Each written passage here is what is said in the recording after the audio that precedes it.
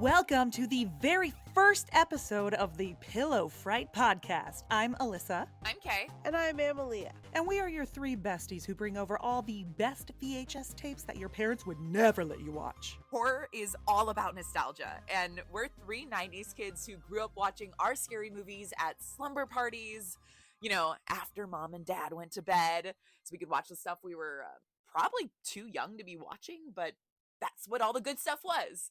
So we're bringing it back. And since you're coming to our slumber party, we should probably all get to know each other a little bit better. I'm Amelia. I'm a director, producer, photographer here in LA.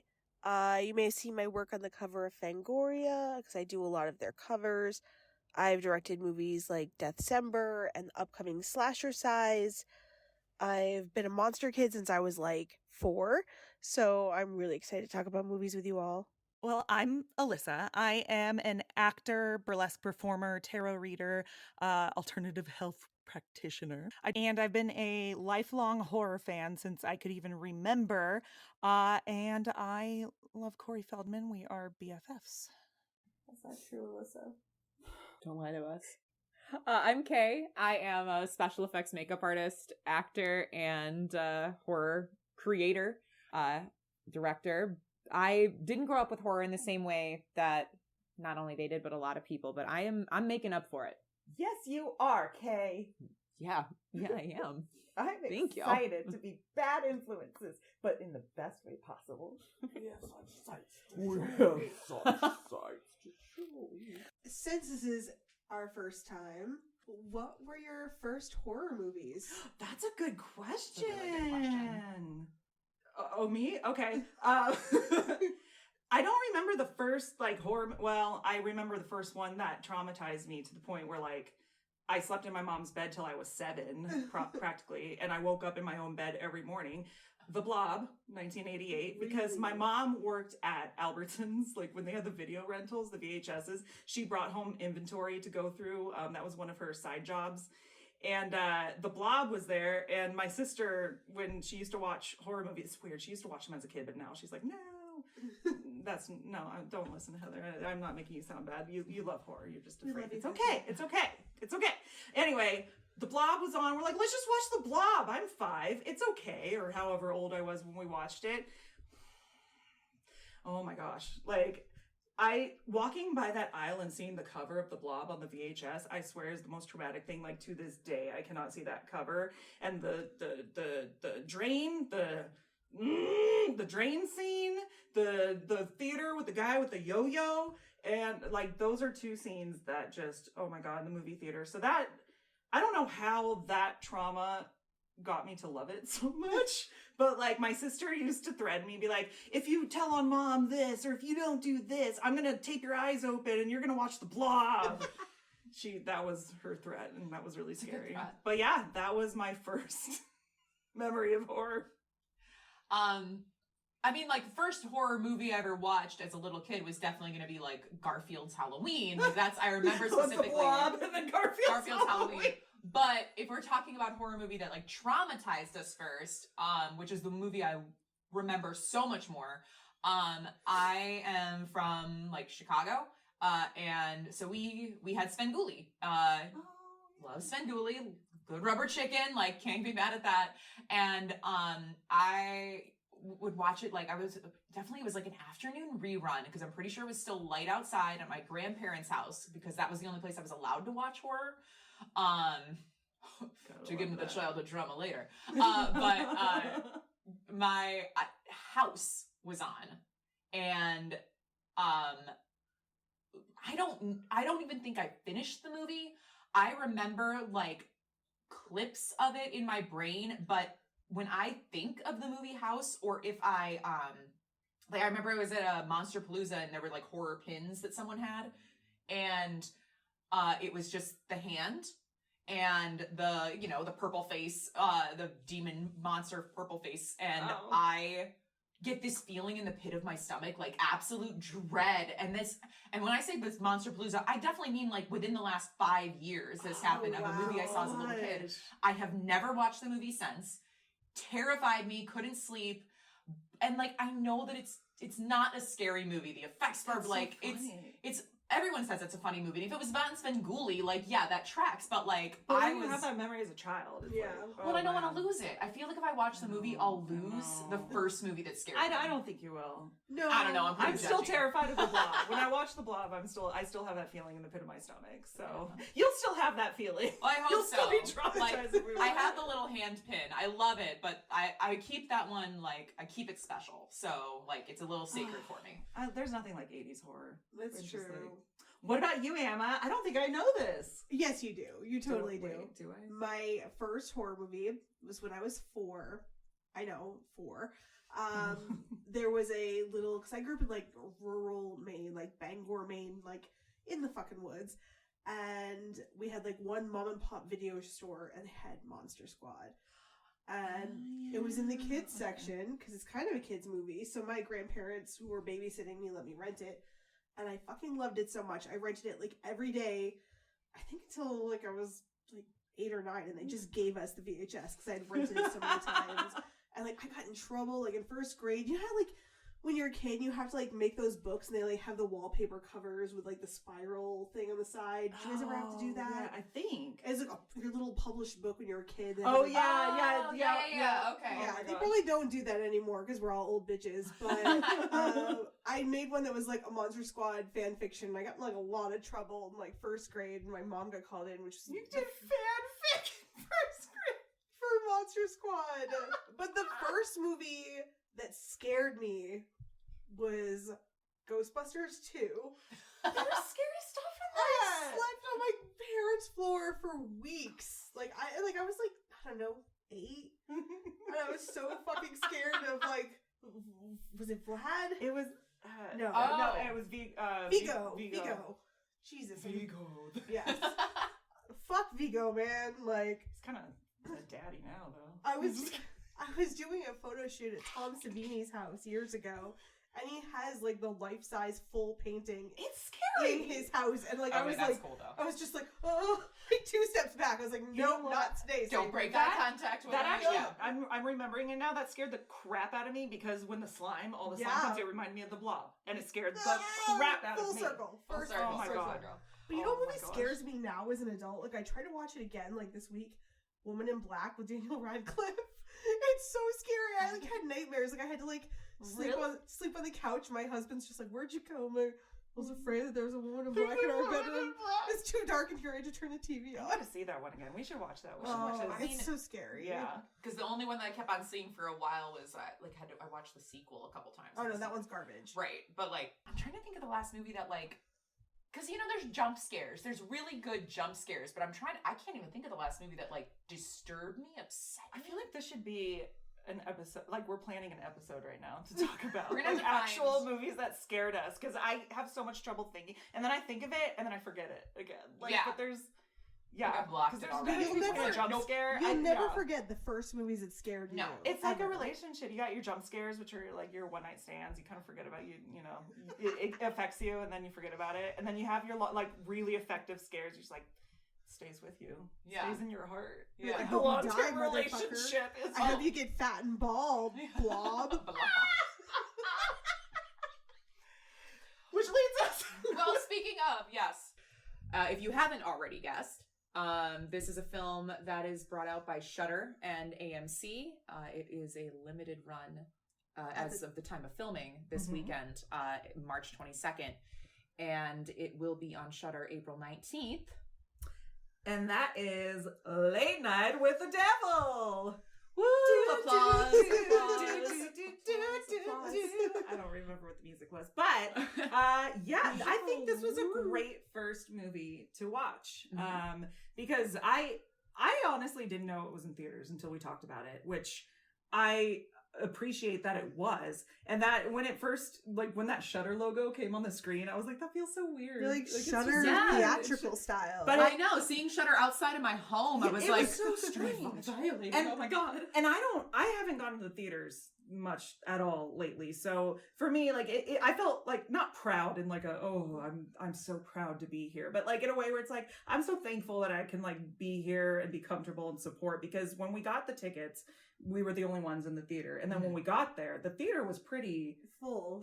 full. And it made me so happy to know that enough people knew about it to go see it. Especially we saw it like Sunday at noon. It was Sunday at like noon. people are still Yeah. drinking at brunch and we're like, horror, You're like, horror.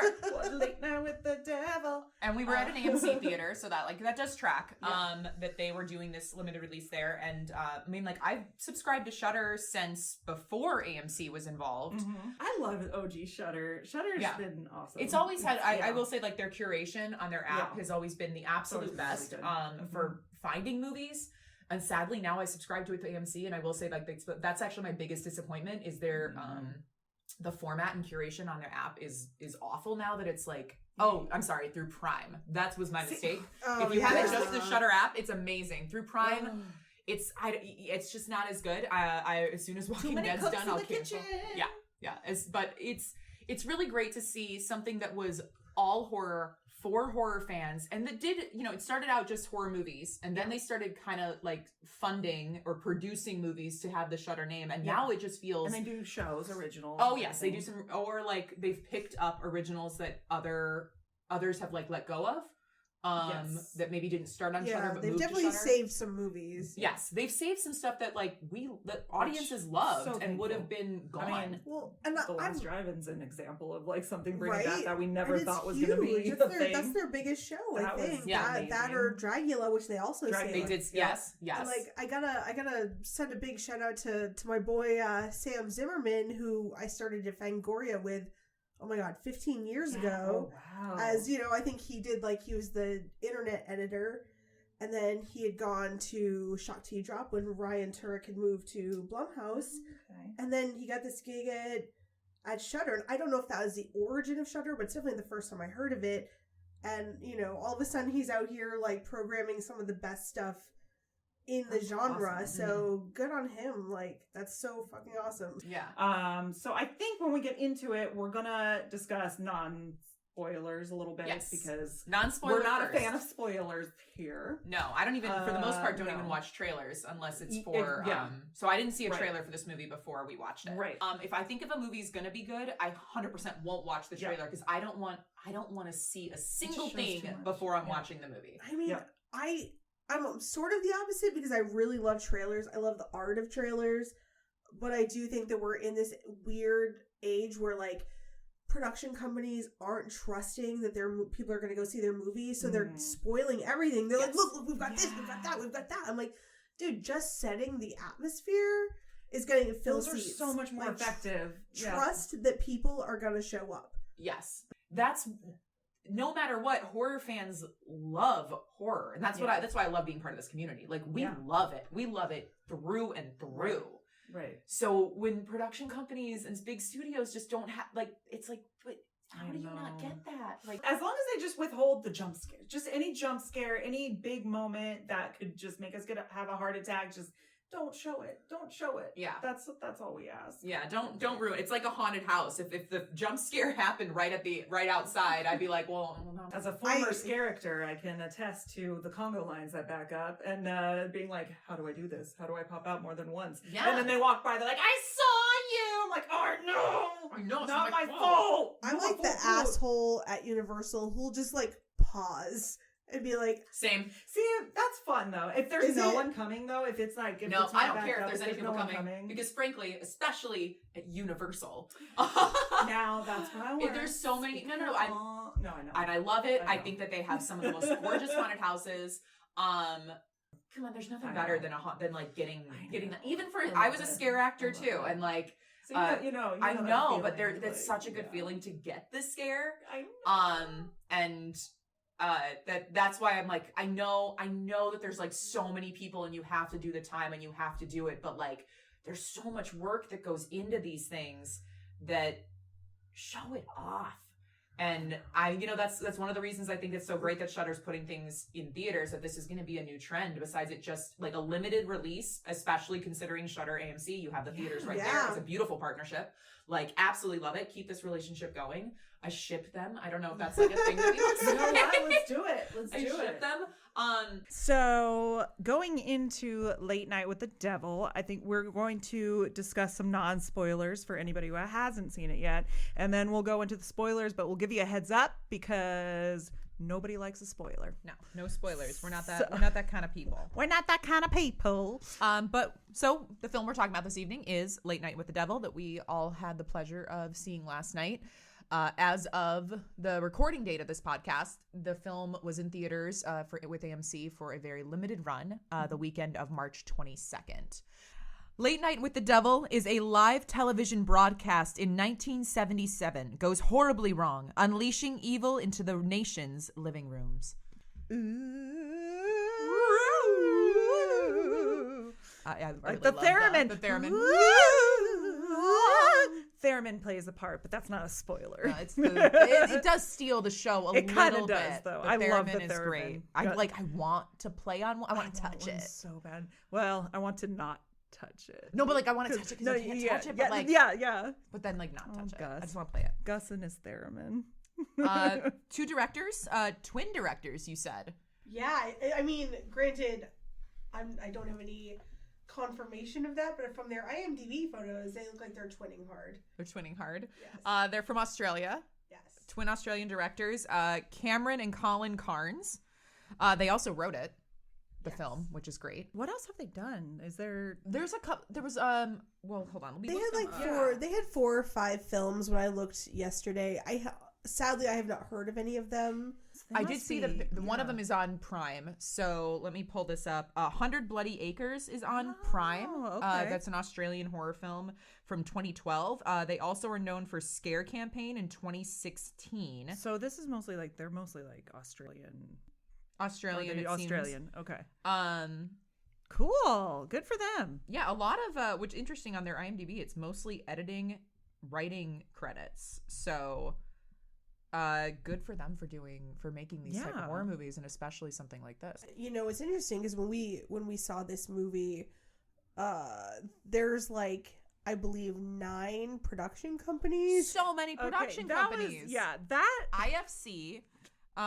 Wait, can we list them? Yeah, let's list them because as they were listing them, the logos were coming on the screen before the movie started. It got to a point where I legitimately thought that was part of the movie. Because there were so many. There were so many. But isn't it crazy that it takes 9 studios to fund an original idea in 2024? Yes. Bananas. I've never seen that before. That was the first time I ever saw that. And that's with talent like David Dastmalchian attached, He's worked with the biggest names, not just in horror, like Oscar-winning directors. Yeah.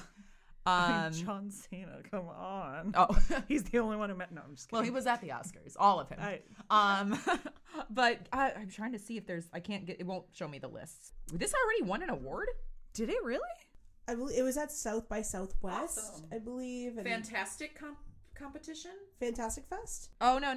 Catalonian International Film Festival, 2023. Best motion picture and best screenplay. Before we get into this movie, because there was a bit of an internet kerfuffle over a few slides, some like intermittent like still shots they used AI, and apparently these shots were not in the South by Southwest cut. Oh, really? Yes. So there were some reviewers, I think, were the ones that were the most upset as they had reviewed it without them, and then they were in. So maybe let's just take a quick little side journey and maybe discuss our thoughts on AI and maybe this project in particular. Well, it is hard to talk about a film that, for the most part, unless you were at South by Southwest, you didn't see this movie, except for this limited run, and it's going to be on Shudder April 19th. So, but what is crazy, like you bring up, is that I knew more about the AI use in the film than I knew about the film, because I'm already hearing all about it's all over TikTok, it's all over Twitter. I didn't even know that. I didn't hear anything about that. So this is interesting to me. It's and especially with the writer's strike and the actor's strike and everything that just like very fresh, very raw for a lot of creatives.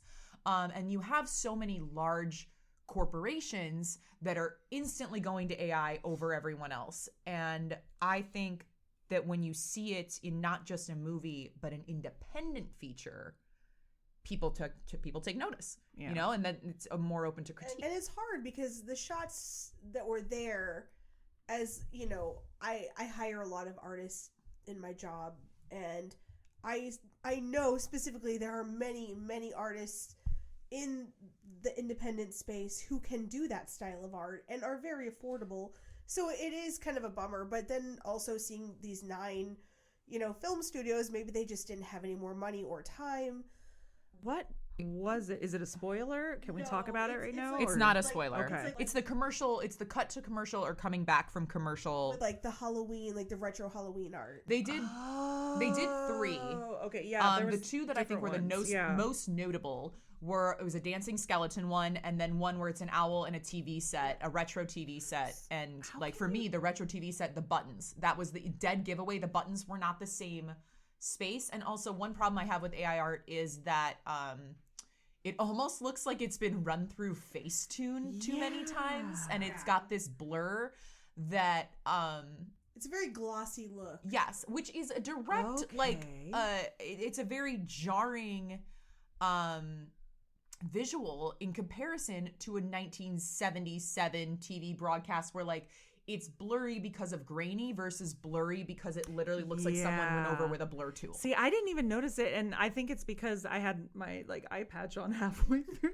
I had a corneal abrasion while watching this, so my eye was closed the whole time. So that's probably why I didn't notice it. But that's so interesting. Wow, It's a shame. That is, yeah.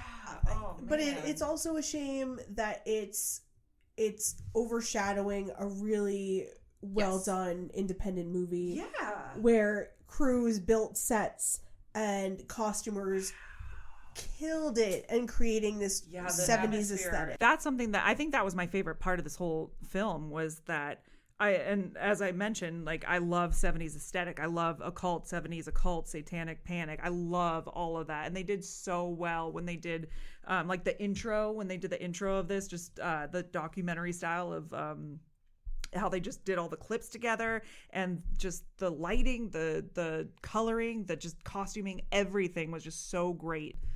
That was my favorite part of the whole film.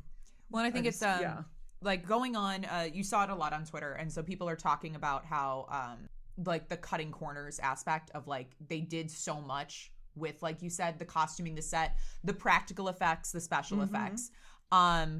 I can read some of the things I thought were interesting from Twitter, and we'll put them for the visual. So I will say, any film with 8 studio logos at the start and funding from Abu Dhabi can afford to pay artists and any directors using this AI shit should feel embarrassed. This is someone else's stuff. This is not necessarily our take, but I am going to read. I'm reading the quote in whole. I don't disagree. Just all different opinions, because it's it's a topic that is cause for many different opinions. Yeah, we talked about how so many studio logos in the beginning. That is money. And yes, I understand money runs out. Anyone who has made a film, be it short or feature or done any type of horror project, knows how quickly money can run out. Absolutely. Right. But as someone like you've talked about where you've hired artists, and I've hired artists when I was streaming, you can go on Fiverr and you can pay someone money. And I think one of the most interesting for me was an artist, and I'm gonna say her because it was Summer Rae. That's what she goes on Twitter, X, whatever. She said, it's replying to something else, but it's I went ahead and recreated it. This could have been a dream job for an artist like me. And I 100% do want to show this because we can insert it too, retro, because that's gosh. It's cute. It tracks, it matches. That is beautiful. But this is, when I think of retro art, I do think of this. It looks like it was hand-drawn by someone. Yeah, it does. And it reminds me of those 70s decorations with the paper pop-ups. That's that vibe, what we all think of classic Halloween and just Halloween specials on TV. I love that. That's great. And as creatives ourselves, how do you, when I read that, I felt that. That could have been a dream job. Yeah. And we've all felt that, not just once, many times. Yeah. We've all felt that. And that's the thing with AI. It could be a tool, and I could see it being something, because I'm not anti-tech. I'm not someone who's scared of growth, but It's just how I you use also it. like, Yeah. I think that the ethics of it right now, and as far as where they're sourcing their imagery from that they're using and like regurgitating new stuff, like I don't think that they've asked permission from these artists who are losing jobs. So I don't feel like it's artificial intelligence. I feel like it's copyright infringement. See, that's the line that is the problem with this. Unfortunately, maybe by the time this hits Shudder, they'll have swapped it out for some other graphic. Which We'll I see. actually think is We'll the see. best response to that. I do think that they should not necessarily, like, they should hire artists to create that, swap out the graphics before it gets its full streaming release, especially if it wasn't in the South by Southwest cut. Yeah. And this is something that they added in. There is something from the directors, in which this thing says Australian siblings. So I don't know if maybe they're not twins, but it says Australian siblings. I So mean, they could be, though. We're putting it out there. they're at least siblings. So this is from Variety. In conjunction with our amazing graphics and production design team, all of whom worked tirelessly to give this film the 70s aesthetic we'd always imagined, we experimented with AI for 3 still images, which we edited further and ultimately appear as very brief interstitials in the film. I hope I said that word right. But I will say where I think they went wrong. We experimented with AI for 3 still images, and that they get the AI and then we edited further, and it should be the opposite. Yeah, there are ways to incorporate it. There absolutely, And there's that's what use I'm for it. saying, like as a tool, like Yes, right. as a photographer, like there's in Photoshop there are tools, there are a drop down of filters that blur, that do different things to help. Right. But when it's taking over the entire, when something else is making the art and it's not you, then that feels pretty hollow to me. When you're replacing the creative with a robot instead of letting the robot help the creative. Because that, when we talked about how robots were going to take, that's like something that's Skynet's always real. brought up. That's my opinion, by the way. That's always Skynet brought is up. real, and this is Skynet. The robots are supposed to help us, not hinder. This, by the way, disclaimer, this is all just our opinions. If anybody differs, that's fine. We all have opinions. Opinions are beautiful. And like some of the opinions on Twitter did get a little heated on this. But I think that, like we said, if this is something that is fixed, I think that would feel amazing. Maybe we are a little bit more raw and judgmental. Like, we expect this from big studios. It's just a little bit more of like a little stab when it comes from a smaller, because we want everyone to thrive. And I hope that, and I feel like they probably did too. My first instance is going to be that it's timing.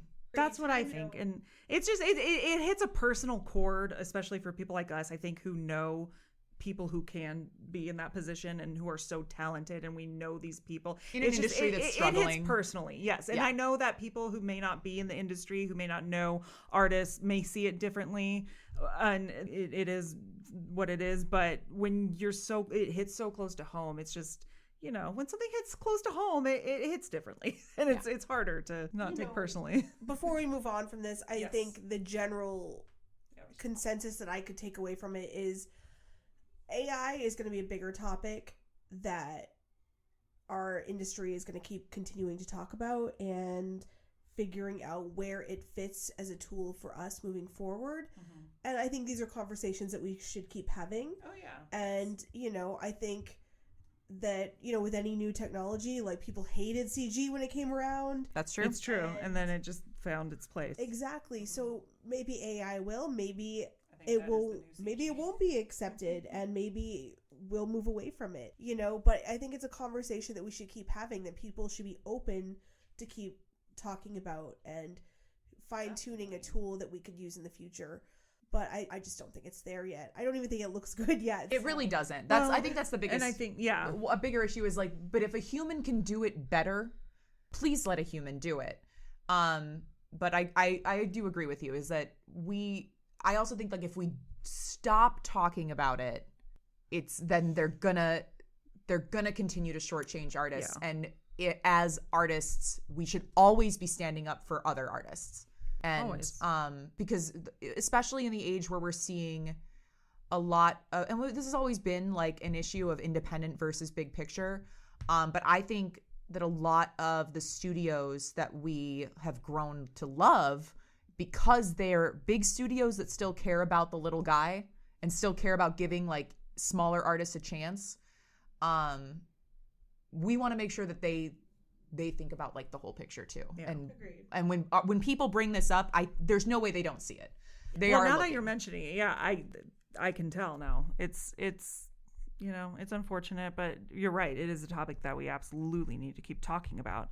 But why don't we go over our opinions of what we thought about the film in general, and then we will get into the spoilers. I really liked the talk show format, because you don't see that often, especially in real time, because it was, for the most part, in real time once it was a talk show. And I love how on commercial breaks they did have like the commercial breaks, and then they had like the standbys. Was it standby? Like just when the things- audience warm up. Yeah, Yeah, it's the all audience- it's all with the, if the cameras Right. are rolling the whole time, we're catching more footage. Right.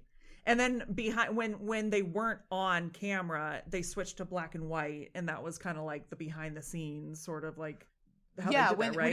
when it wasn't what was not being broadcast No, was what wasn't switched on to black and stage. white. Yeah, so the you back- could, you yeah, could see the exactly. difference between what the audience at home was supposedly seeing and what you as Yeah. the viewer were Right. privy to. And I just really quick, I loved the guy who played Gus. What was his name again? Please forgive me. I just want. Let's go. Reese. It's Reese something. I just forgot the last sorry. name. Reese Reese. Atori. I looked Atori? up his IMDb. He only has 2 credits, and this was one of them, and the other one was a short, which I for him. loved. And he was so adorable. He was perfect for that role. He was the announcer, the host, the kind of who's sidekick. the sidekick. I always think of Bob Eubanks. Is that his name from Jay Leno? Wait, and I'm Ed Hall. No, wait, no. Ignore me. I'm just thinking of all like the Andy sidekick. Rickson. Yeah, Yeah, right. everybody, He every was talk show host charming. has their guy. I really liked him. Yeah. You know. I think he really and like doing the audience like warm ups or like, well, keeping them warm, I guess, during Yeah. commercial breaks and like talking to people, like the things you would actually see if you've ever been in the audience or on one of those talk show sets. They kept that kept it very real, which I liked. Yeah.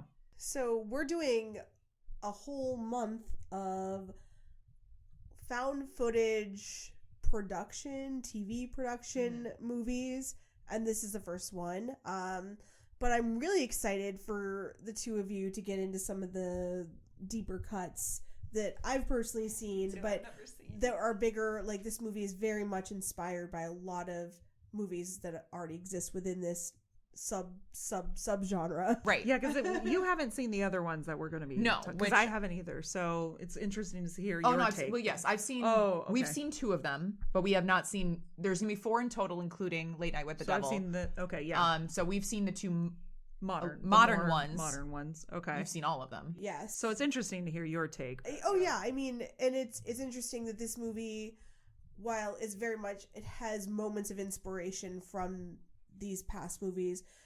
Also, within reading about it, that it's actually inspired by like, you know, a real episode of a real late night show, and every single guest that they show is based off like a real life person. I don't want to like get into that too much because I don't want to spoil it for people who haven't seen the movie yet. Well, we can say like the episode of the show you said was inspired by the Don Lane show in 1975. Yeah. So that's not because they open it up where they're talking a lot about Jack Delroy, and they're talking about who he is. So talking about as a host, who he is, what he's been through. It's almost like you're watching one of those where they came from, who they are, episodes of like People and TV Guide on the show. Behind the music. Yes, it is kind of that behind felt the like music, behind the right. music. And the whole setup to this whole episode is that because it's not a spoiler, but his wife. That's a spoiler. That's No, a spoiler. it's not. It's a spoiler. Really? Don't they Male. describe Spoiler. it? Oh, well, Spoiler. thank you. We Then can talk.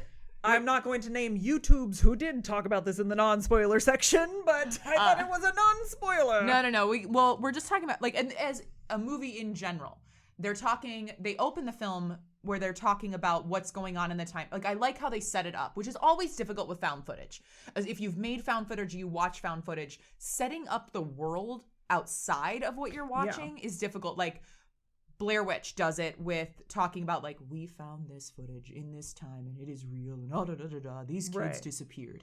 Another found footage that I love that is definitely, at least the first one is a cult classic, is Grave Encounters. I was gonna where say, they talk about, I'm a production, the guy is this guy, and it's I sent these people out here, and they never came back. Like, but here's some footage, and this is what we got. Watch it anyway. Yeah, I mean, I love the sleazy production agent dude, which is who is in this movie? That guy. Oh my gosh. What is his name? Leo Leo is the character. Fisk. Yeah, Leo Fisk. Leo Fisk. So it's kind of cool to have, like, I was like, it's that guy, because every movie's got to have that guy. They gotta have that, especially in the 70s. Production. Get it done. Yeah, Pulls out the money cigarette. guy. And like, is he really scummy? He's just trying to get his shit made. That's just trying to keep his that was job. his job. Every you need that guy, because that guy gets shit done. And I am the Leo Fisk of this podcast. Yes, 100%. You gotta get the sunglasses. 100%. Always pull out a cigarette. Like the sunglasses and some coke. Yeah. Always do this. But yeah, the like setting that world is difficult no matter what you do, because you want it's that like, I need to keep the audience in the moment of found footage, but I need to set up the world that I won't necessarily be able to do through a story, like a flashback or like anything like that. So the way that they did it, I thought worked out.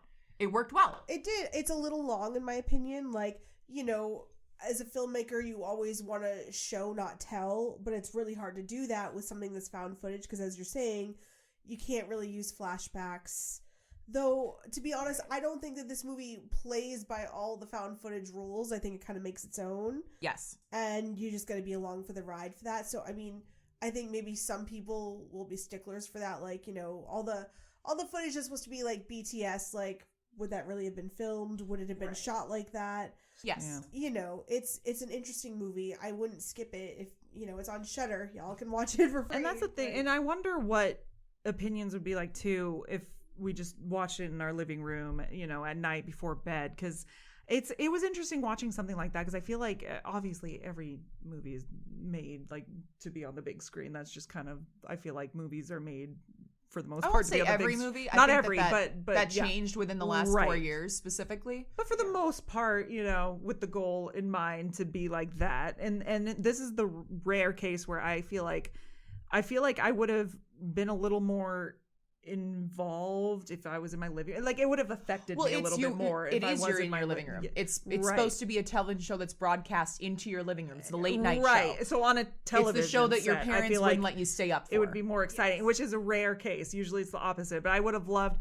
if that was my first time. That being said, I will always go back to saying I'm really glad that this did get a limited release, because it was so cool seeing so many people show up for this. I will say, and this is a critique to AMC, not the movie itself, but when the movie had commercial breaks, people in the theater acted like it was a real commercial break and kind of started talking, and I was like leaning over like, shut the fuck up, to like strangers, because I'm like, this is like really, like, this is not a real commercial, y'all. This is like part of the movie. Yeah. Which was interesting, but I think you're right. I think I would have actually really appreciated watching this at home, and like, which like I'm gonna do. Right. I'm gonna watch it. Same. April 19th, Same. it releases on Shudder. I'm gonna watch it. I feel like it's gonna be great. Like, just a whole different experience. I'm gonna when you have watch it on your popcorn. TV. I'm gonna be in my pajamas. I'm Yeah. gonna be cuddling my dog on the Yeah. couch, and I'm gonna watch this Yeah. movie. And I'm gonna watch it at night. It's late night with the devil. I'm gonna watch it late night, and I'm With the excited for devil. that. I mean, I'll invite him. I don't know if he's gonna show up. He'll show.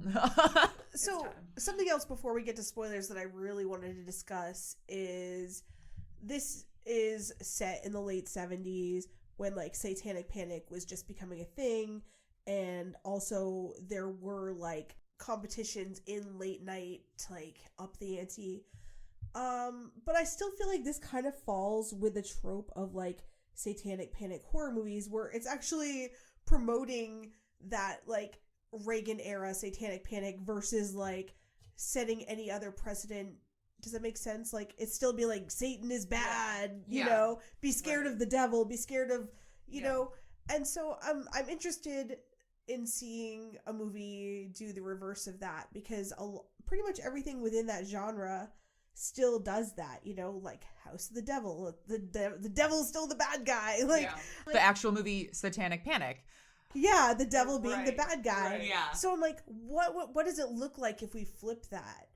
Right. And I would love to see that in Just cinema. that point of view. Yeah. Yeah, just like I would what love if that. what if any other source? What if it's what if it's the Christians? It's the most terrifying view in my eyes, but we can. Did we talk see about it a another little time. bit in Mike Flanagan's?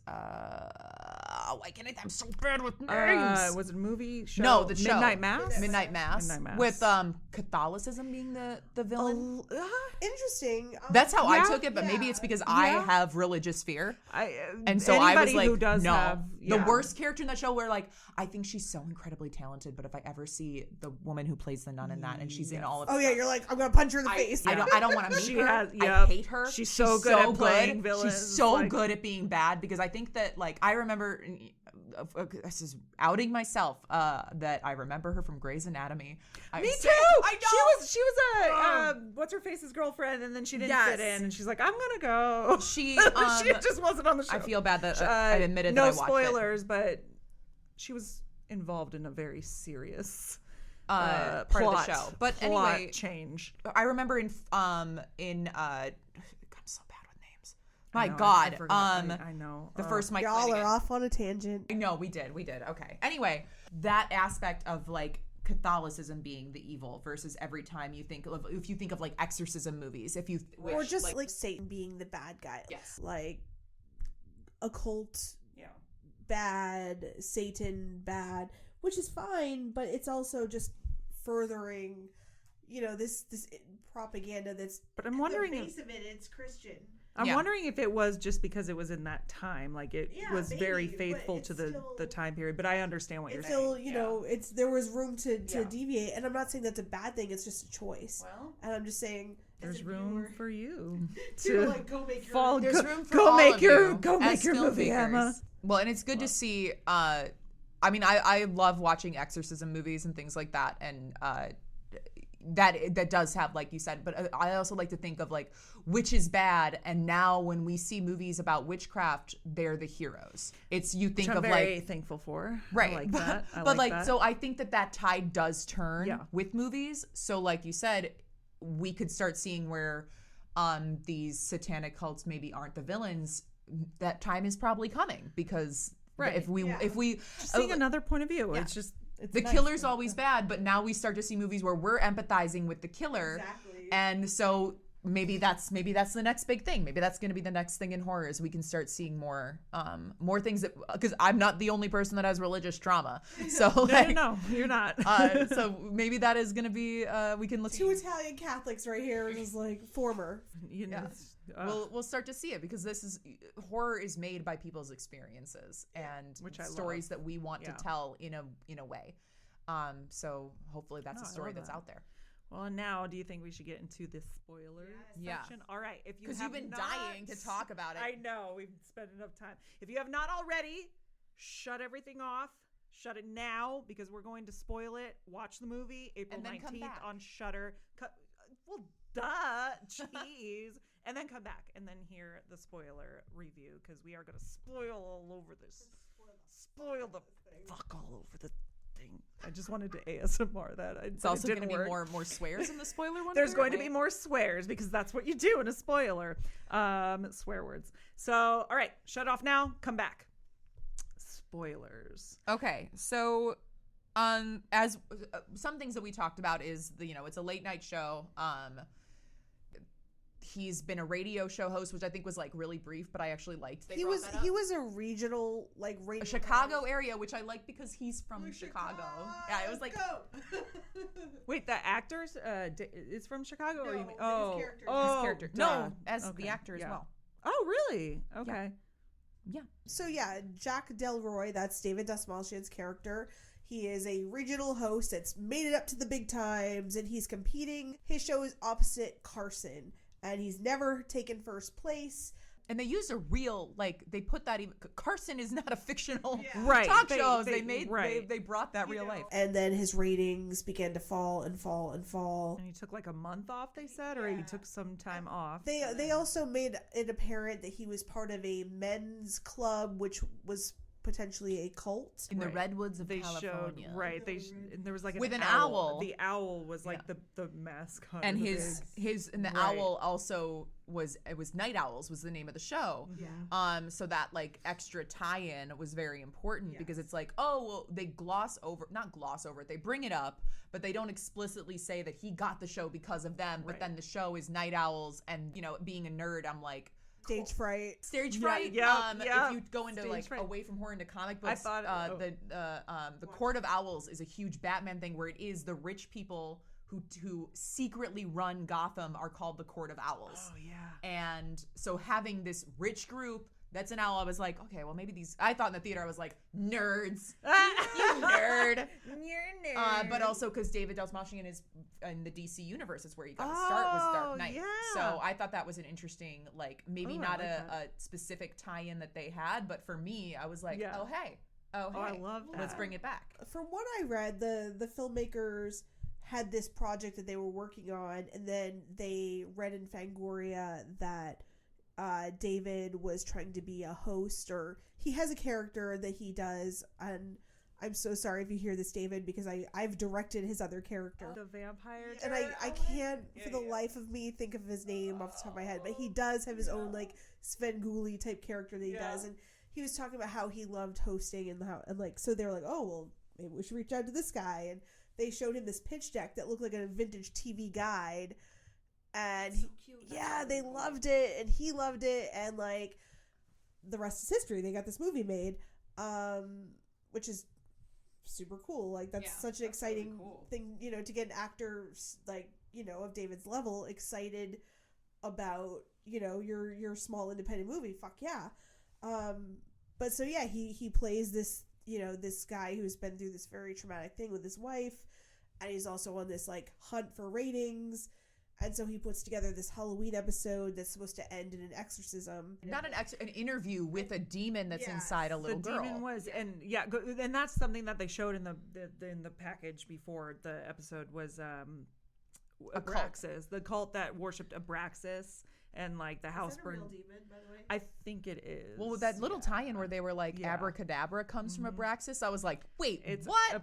Yeah. I was like, who the fuck is Abraxas? Yeah. I Why love- doesn't I he love get the more occult. movies? All right, good Freaking for love, you, yeah. Abraxas. The It's your electric time. demon. He's And like his first guest is this guy named Christo, Christu. Christou. who is based off. I wish I could remember who they said the real. I don't know if I put that in the notes. He's also based off a real life medium. But it was interesting. He does sort of that. Was it cold reading? Yeah. Like John Edwards. If you've ever seen, if you're old enough to remember that show in the 90s. John Edwards. And there's the yep. Hollywood psychic who Like, next month, I think in April, is yeah. actually doing something.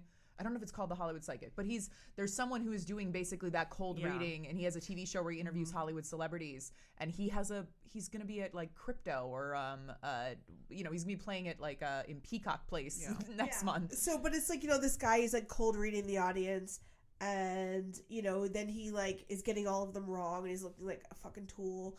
And then like there's some people in the front, like a mother and daughter, and he gets it right. And then he gets a real like, because obviously that one feels set up too. Like Which they bring up that they're like, yeah. It's a setup. This nice lady, and then she came out later, and she was asking us a lot of questions, which it's how they do it. Like I did one. I was at the Magic Castle here in LA, and they had us fill out these little questionnaires. But it's a room of like 30 people, and then he's putting together. He put together a bracelet, like with those little block letters that you made as kids, with the beads, and it was the name of my childhood dog. And he put it as a collar on a dog stuffed animal that did not look like my dog, but it still had me sobbing. And in my head, I know, I'm like looking around, there's got to be cameras. They're watching people write it. They just pick somebody. It's different. You're still, you hold on to the paper, but like there's a gimmick. it's like the entire Del Toro movie, Nightmare Alley, is like all based off that. And it's interesting. It's it's for entertainment, cool, but for when people really believe that shit, like I mean, I think that there is that. It's not just about like, do you really believe it, but in that moment where you're watching this mom and a mom and sister who lost their child/brother to suicide, and before it comes out that they're like, oh, they asked, and they're literally sitting there feeling this sense of relief that he's in a better place, he's okay. He was asking about his stuffed animal, and he knows that his stuffed animal's okay, and how choked up. Yeah, I did too. they felt like, and that's, but yes, it's for ratings, it's for money, but at the same time, if it makes someone feel better, That's where I'm at with it too, because I'm an intuitive human, but there's a difference between a John Edwards and somebody who's just an intuitive human, whatever. But I think that there are people out there who genuinely do want to help, and they realize that even if I think that sometimes it's like the placebo effect sometimes too. Like even if it's not 100%, like, oh, they're not seeing this 100%, but if they help somebody really find closure within themselves, like that's helping. Right. And I had empathy for that character. I actually really did. That was a huge thing that they that someone that is a psychic and communicates with the dead is on these TV shows back in the day. Like that was everywhere. Right. And people needed that. It was even, you think about way earlier 1900s where people would go to like stage productions, Right. and they're going to go sit in a theater and have that happen. And then the innovation that they did to like talk to ghosts ended up being huge things that like made filmmaking. Right. So, as much as it's like, oh, it's fake or that, but like no matter what, it's innovative, it's entertaining, and it's also catharsis. It so is. like, let's keep it going. You know what? Talk to the ghosts. I love it. But then we find out that he actually is really sensitive, right? Yes. So that's the thing. Like, that's why I had empathy for him. I felt so bad for him. Pulled a full on Reagan. I'm over that. I mean, for she multiple reasons, but aside from personal reasons, I'm just kind of over that. Like, the whole spewing demonic thing. But I guess that's what would happen. Who knows? Whatever. But when he channels Jack's late wife and he calls her Minnie, which is a secret nickname, and like it gets him. But something that I thought that was interesting, I don't know if you guys noticed this, but a lot of times in reflections you could see her. That first one, that first one got me. I loved it. Oh, it was so unsettling. First jump My scare. Gimp eye. Oh my gosh.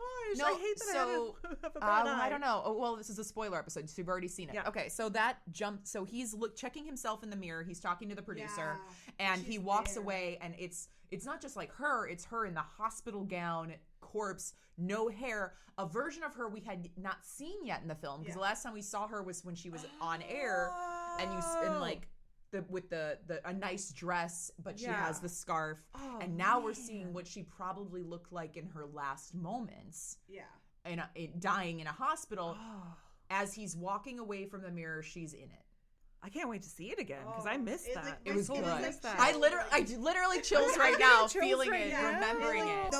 Those moments were like the best parts of the filmmaking of this. Like just these little, like I love that when it's not a jump scare that's right in your face. When it's just this like this thing that just adds that atmosphere. Well, Haunting on the Hill background. House, I mean, is the perfect example of that. But like that, if I didn't, like, I'm getting chills hearing it. If I like, that's what I love when you don't focus on that. It's just there. It's almost like she was warning him the whole time, like, don't go on with like what you're doing, you know? Or was the demon the whole time just using her, and it's all a trick? Yeah, And that's the questions. Like, was he under hypnosis the entire time? Was the cult? Once we get to towards the end, I have a lot of questions. But now I actually am thinking, was it her warning him, or was it the demon because of the hand on the shoulder? Interesting. So now I'm actually leaning. Before I was like, the demon is using her, but now I'm actually thinking it was her warning him, because that hand on the shoulder was not a scare. It was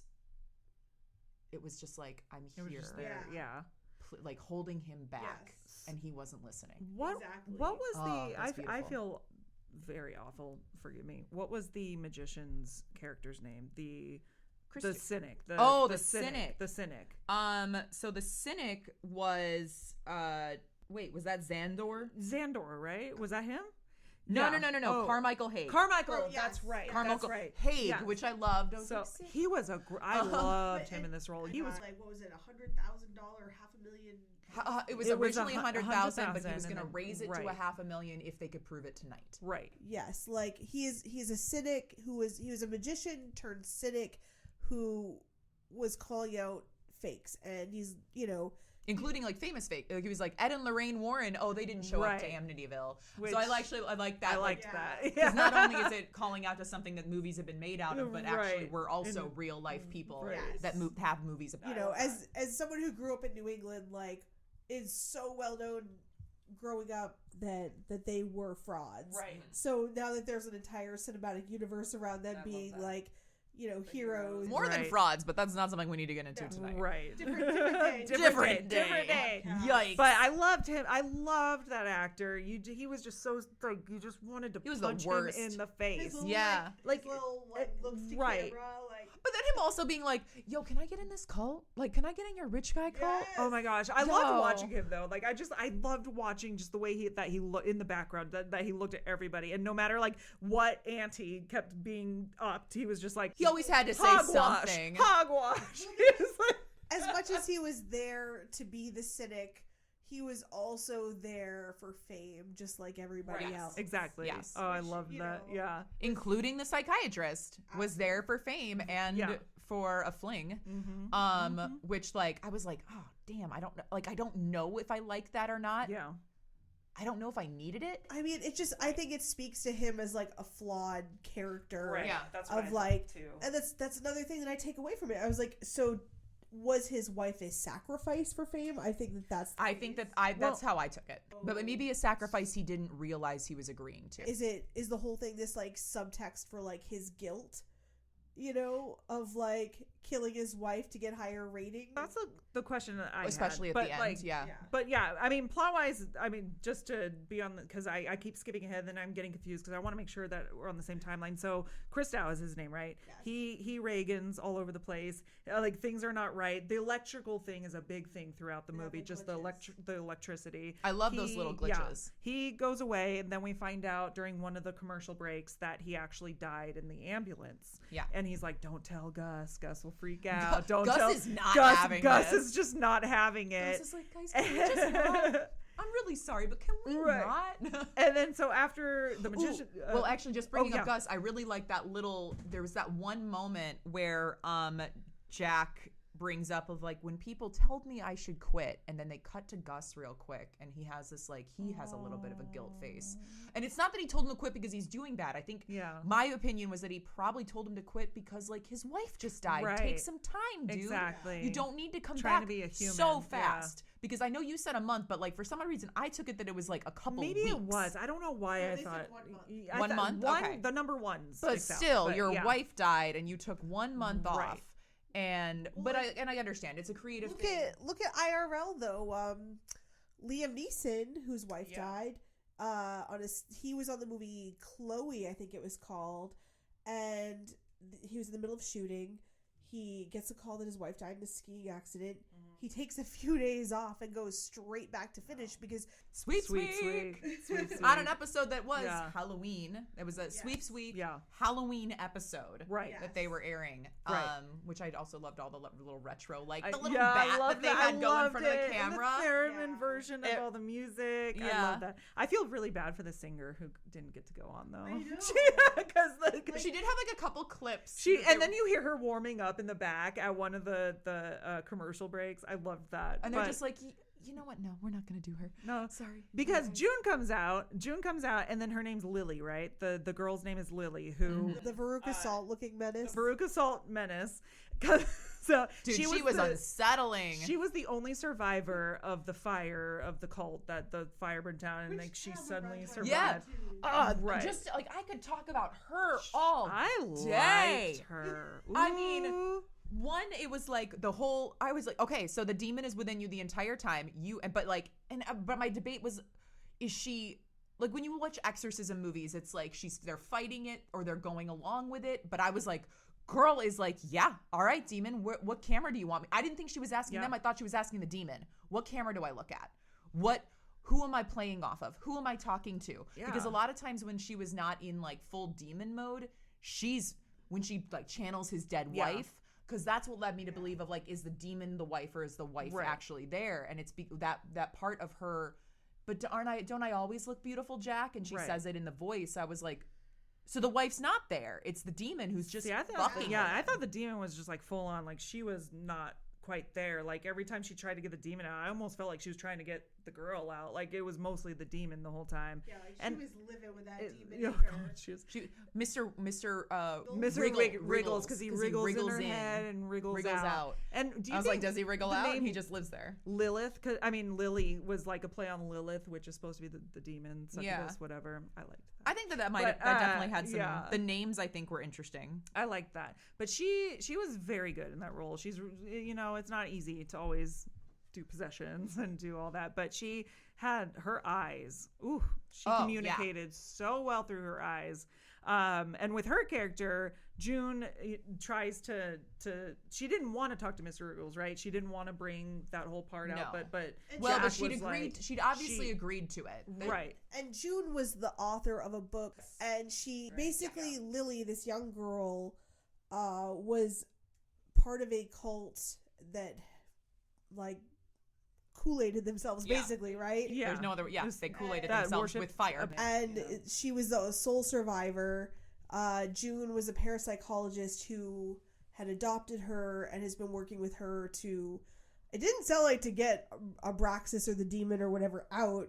To study Abraxas. To study. And she was the sole survivor, and it seemed like for a reason. Right. It was not accidental or a miracle. It was planned. And so she kept her, and she wrote a book, and so they're there promoting this book, and she acts very like, oh no, I want my keeping Lily safe is the most important thing, and she's getting goaded by Jack, and she's getting goaded by the skeptic, and I'll give you this $1 million check if you get this demon to come out, and eventually she succumbs to it. Then we get the demon. Yeah, Abraxas comes out, and he's very Reagan looking, talks to Jack, and then that's when I love that. I did love the effects. I love the effects. I love the way that they did it, and I love that every time you saw her, it got a little worse. It did, yeah. And then she starts levitating in the chair, and then the electrical wires go crazy, and then Carmichael's like, "It's all a gimmick. I'll show you," and then he does his which was nasty. But before that, we got some exposition out of it. We got she told everybody that Jack and is it June? June were having an affair. Yeah. Jack and June went up the hill to fuck each other's brains out. Which And also gave like the whole "fuck me, Jesus, fuck me" reference. It was giving. It was giving everything. But I will say what I liked is especially about the makeup and the performance is it felt time period for what special effects would have been like if it was fake, what special effects would have been like if we were watching a movie, because that was very much like The Exorcist. And so it was like, on national TV, she's given away that he's taken a lover. Yeah. And they talk about the tall trees, which is part of his Satan Club party. So then we go into what's his name? Carmichael. That's when he tries to say, "Look, it's all a gimmick," and then he hypnotizes Gus. Yeah, he's like, "Let me show you." So which was great. Yeah, I thought that was such a cool. That was a whole. I loved that. I thought that was well done. Right. I thought it was disgusting. It was immersive. I loved those effects. So he basically hypnotizes Gus because his biggest fear is worms and being like taken over by them. So he has Gus believing that worms are coming out of his body. He's pulling them out of his neck, out of his stomach, and then there's that one giant like big old worm, and like. I can't tell if the effects were supposed to be cheesy or not. But it went to cheesy. It didn't start cheesy. But I loved it. Cheesy. I loved it. Yeah. I loved the cheesy effects. Because they brought him back. Gross. They brought the worm back. Right. And I was like, oh, look at this. It's a buddy. But I love that they brought the audience. They brought us into it. Yeah. Because we're seeing the worms. And then they're like, wait. You were all hypnotized. Yeah. Play back that footage, Ralph. And, then there's no worms. Right. No. And I thought that was super creepy. I mean, if you ever been to like one of those hypnotism shows, Yeah. that's Yeah. they don't hypnotize the whole audience. They No. hypnotize people on stage, and Right. he's like, no, I hypnotize the viewers at home. Y'all got suckered, Which is and that's how yeah. you know they're fake. But then it's literally the little girl Lily's like, Yeah. no, then play it back. Play it back with the play it back. Well, then you believe me, don't you? And I was like, dang, girl, get it. You believe me? Like, I was very, like, the 1950s. Yes. Just like, please. I want it now, Daddy. Yeah. Please, I want it now. The playback, Daddy. But I mean, that's when, like, and things kept turning. And I really liked with Carmichael's, his, like, the flaws in his character where everything, I'm pompous, I'm great. Please get me into your club. Yes, I yes. prove this wrong. I prove this wrong. Oh God, demons are real. I fully pledge my soul and my devotion to you right now. But he's like, no. shit. No. I loved that. I loved that so much because they was it on playback that all the shit went crazy? Was that Well, it was after. Okay. Yeah. When like it's like full fledged, like, oh, yo, the demon is real. Then, that's when like, he the started. electrical wires, and then that's when her face, like she, Which is split. when I talk about CGI Yeah. mixed with effects, like obviously you're not going to be able It to was- 100% do that with right. with effects, but the way it was done, especially was because of electricity, unnerving. it looked great. It looked very retro. It was Yeah. really unnerving. It reminded me of The Void. Yes, I was thinking of what, like, it was so like Uncanny Valley for sure, but also I kept thinking of Shocker. Okay. I don't know why, but yeah, it was just it was very old school, and I think it was supposed to look like that, and it was so unnerving just the way that they did that, and like then literally all hell breaks loose. Yeah, and let's just And- murder yeah. everybody. Like, which they I murder loved. June. They choke her on her necklace, her little like That she was amulet. using. Very deep Um, red. Yes. Right. Yes. And then Carmichael's Great like, blood. I'll worship you, and then he just burns away. He offers him the money, which I was like, all right, it's a little. I would have been fine with it, but like, yeah. whatever. You gotta play it. You gotta bring it back. Right. I think that and then like the audience and people like jumping and, Yeah. and falling down and everything that you would do in a studio audience, which like, especially nowadays when something goes wrong in a public place, like we've all felt that, like we've been in that moment where you think like, what am I gonna do? terrifying, It felt yeah. real. Right. Where if I was in that audience, I would be, terrifying. jumping. Yes. I would be doing anything to get the hell out of there. I was very sad to see Gus. Well, and I actually like that he was Very first sick. to go Yeah. because they were like, if all hell breaks loose, you have my permission to leave. Right. But he didn't get the And chance because he was didn't. first. Yeah, because he was so skittish. Gus. Yeah. Oh, But they poor were Gus. the way that they did that, those final chaotic moments. Because I remember in the film, like just thinking, like, okay, but it's gonna happen. Something's crazy's gonna happen. And then when the crazy happened, I was like, oh God, we're getting a lot It of almost crazy. reminded me of like the acceleration that like Hereditary went, like how it's such a slow burn, things happen, but it's very slow, very spooky, and then all at once, all hell breaks All at loose once, the someone's end. neck gets You're slit. right. You know, like And we're then, just we're and going. and then all of a sudden, like Gus is like, "Okay, welcome Jack Delroy," and he's like, "What the what?" And for a brief moment, I thought it was like, please tell me this is not it's all in his head. Please tell me the movie was not all in his head. I don't know if it wasn't. Well, that's the thing. It gets very artsy, which I like. It's fine. But my confusion was, okay, because then he goes through this, like, it's a very trippy. Yeah, the way that they go do it, through very- moments yeah. that we've seen previously in the Right. film that were integral to him in some way. Yes. His first comedic sketch that almost got him as high as Carson, having his wife on one last time before she passed Yes. away, and so we're reliving these moments with him, and he's obviously like He's confused very, at why like, he's right. there, And then you see her on her deathbed, and she's like, "Don't you get it? Like, you had to make a sacrifice. Didn't you want you to have the highest rate?" And they Basically, tied the like, cult, right? the Abraxas cult with the Woods cult, Yes. the Owl cult, everything tied together, which makes you think of like, okay, so these cults must be, if they are tied together. Yeah. And this whole thing, not planned by Jack, not planned by Lily, Yeah. but as a whole, it all is a plan to get this demon into the airwaves. Yeah. And that's what made me think is that the Woods and everybody all had the same end goal, and it Right. worked. And I especially love at the very end when you're staying in its end of transmission, Yep, but it's yep. swapping to And so it is. And so it it's is. done. Because that's what you say to close rituals yeah. off. And I love that. Was so creepy. That was my favorite part of the whole movie. But my confusion was really quick was that was that supposed to imply that he knew all along what he was doing? He sacrificed his wife for it? Or did he just learn that he's like, oh, I needed to make a sacrifice. This was I think that maybe that was his fear, because when he's sitting there and she says it, he didn't have a look of like shock of like, oh my God, what had I done? I think it had a more of like, I didn't mean to. That's what I thought. I thought like that when they said, It's like okay, a monkey's paw. right. Yes. He didn't quite realize that was the he knew he was going to make a yeah. sacrifice, but he didn't think it would be that. Be careful what you wish for. Exactly. Yeah. But also, as I said, maybe it's all this subtext for his guilt of losing his wife and because like, but it's open for interpretation, and I love that. I really like that. And yeah, the way that they ended it, and the way that because it's found footage, it's got to end at some point. Right. I thought that they did a really good job. I loved that ending. And the way that we find it and the way that we're seeing it, it was well explained. It didn't take me out of it to see it that way. You're about to be very famous, Jack. Yeah. Oh, I love that. And I love it. Like, yeah. And then he wakes up out of that like psychedelic trip. And then like when because she said, do it, Jack, do it. And he had that sacrificial dagger. And it's actually in Lily. Like it shows that he was actually killed Lily.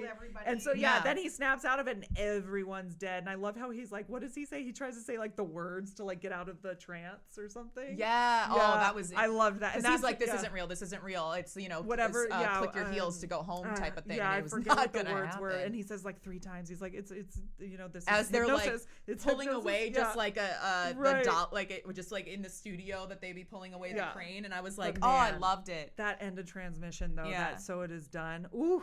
I did want more out of the skeleton dude in the audience, though. I kept waiting. Oh, the skeleton dude! I was like, "Come on, man, do something." He's not talking. I was like, "Are you deceiving the whole time?" That's what I thought. Who is that actor? Who did it? Great part. I hope that guy had a shit ton of fun. I wish he had more screen time. I wanted something out of skeleton dude. Yeah, for the Halloween parade. Yeah, but the Halloween parade did get to kind of happen with the cult that they were get to be intermingled. And I was like, oh, good, you got to show off your costume. You got to walk a little. You got to prance. We all want to show off. We wanted to see it. But I mean, all in all, this is 100% something that saw in theaters and I'm gonna watch again. Which I will say, a lot of horror movies I have seen a shit ton.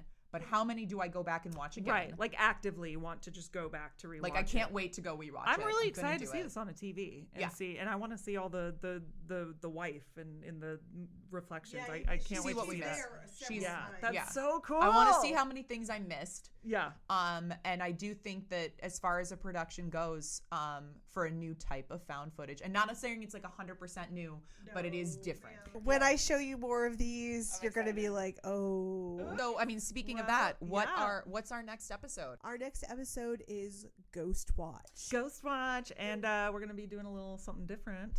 Yeah, we're gonna have a little bit different. We're gonna live up to our name. Yes. And so if you want to watch the movie with us, or if you want to watch the movie ahead of time, so you can kind of have your own thoughts. It is streaming right now on Shudder. Is it yes. Shudder? Yes, Shudder. It is streaming right now on Shudder. But Late Night Devil I think it might become part of my Halloween movie. Yeah, I really like this. I'm excited after we finish our month. Me too! Which one will be your favorite? Okay. Well, then I guess in order for you to play along and find your new favorites, you're gonna have to tune in for the next episode. Oh, but thank you so much for joining us to hear us gab on about horror movies. Our first Thank time. you for bearing with us. Yeah. Check and all. And it's a learning curve. I hope you had some things about the movie that you're either really excited to see when it does come out. April 19th on Shudder. Let us know your thoughts once we have ways to do that.